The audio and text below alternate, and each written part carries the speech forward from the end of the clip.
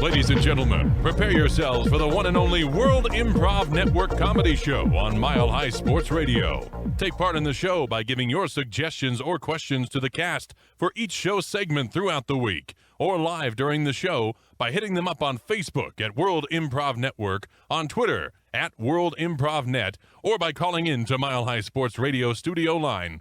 Now, enjoy the show. It's local. It's global. You're listening to Win World Local News. Win World Local News on Mile High Sports Radio.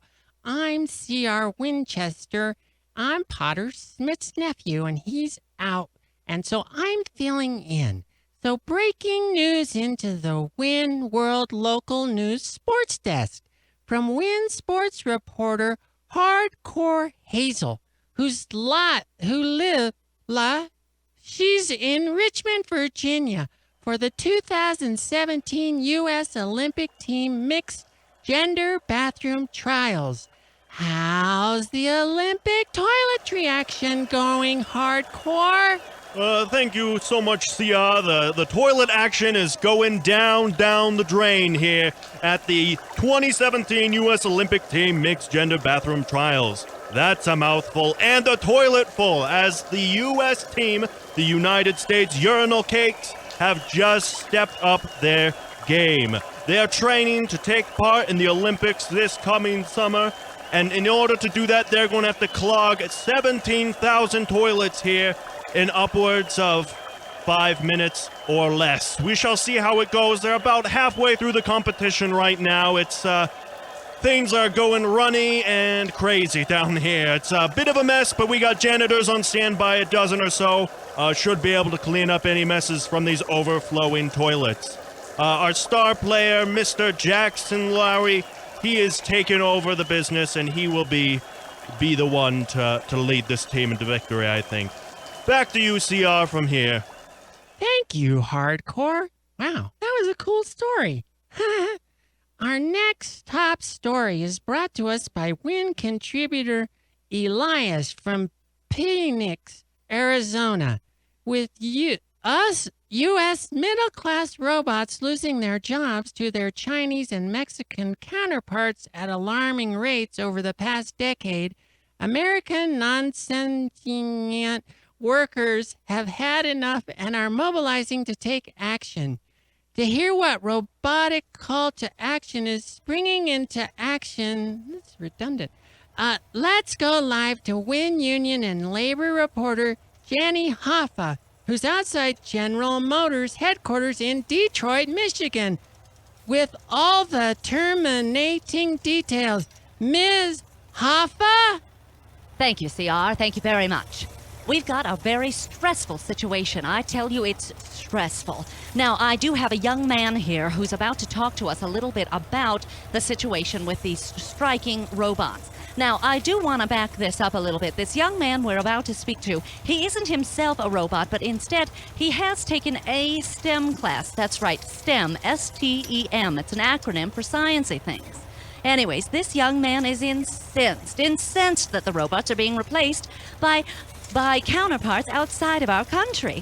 Now, he doesn't call himself a conservative, but, well, you'll hear he is incensed. James, could you tell us a little bit about what's going on here? Oh, yes, certainly. I'm just so outraged at the way these poor robots are being treated.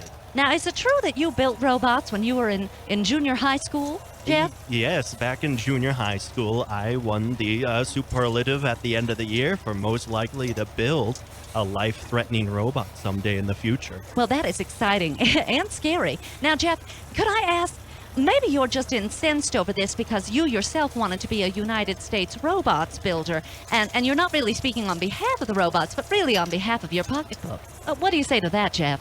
To that, I must say that we robot builders just must stick together. Some of us like to build the battle bots. Some of us like to build, the little ketchup dispensing bots, We should all be working towards a bigger purpose. I see, Jeff.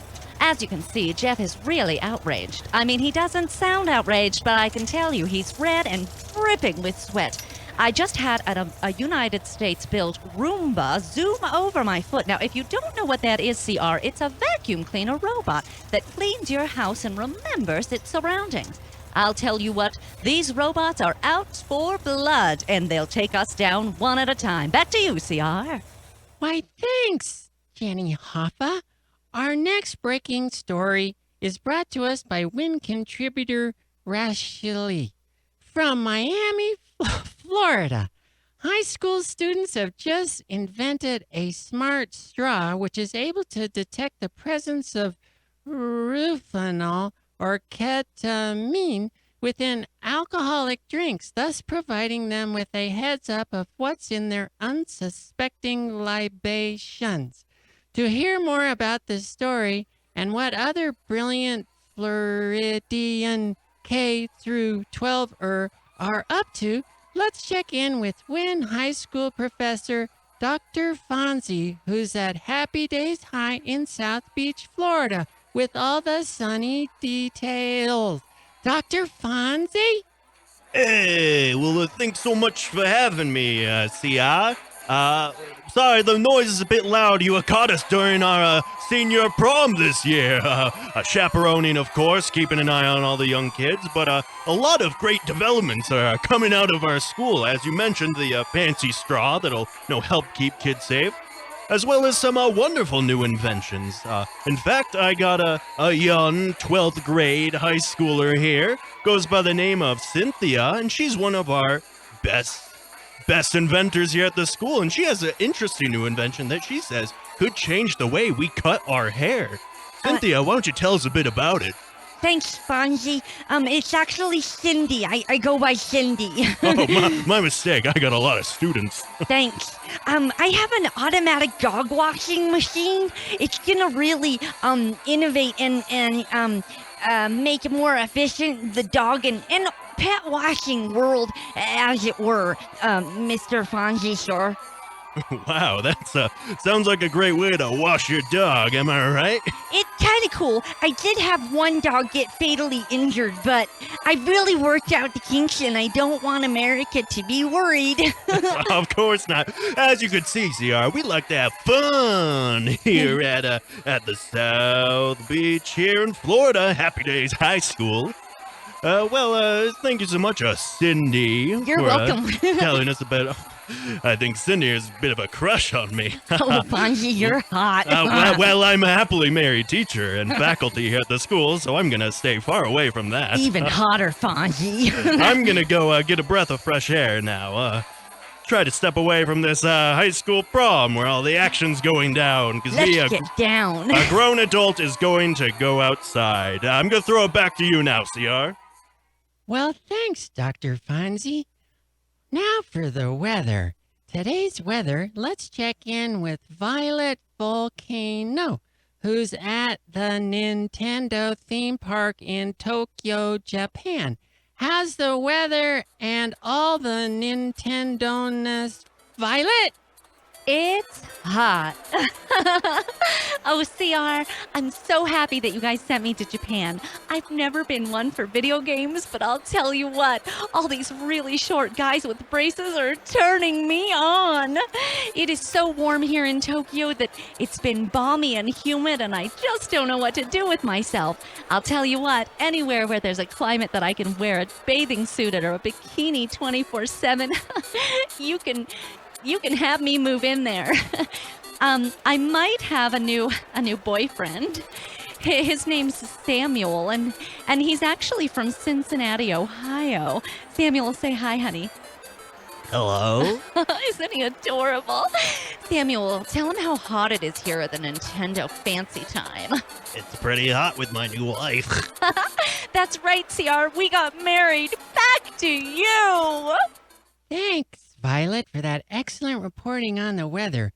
And thank you all for tuning in to Win World Local News on Mile High Sports Radio. I'm C.R. Winchester. Stay tuned for Community Court next on the World Improv Network. Give the WinCast your suggestions via Facebook, Twitter, or by calling into the Mile High Sports Radio studio line during the break for a case that needs to be tackled during community court. Next on Mile High Sports Radio.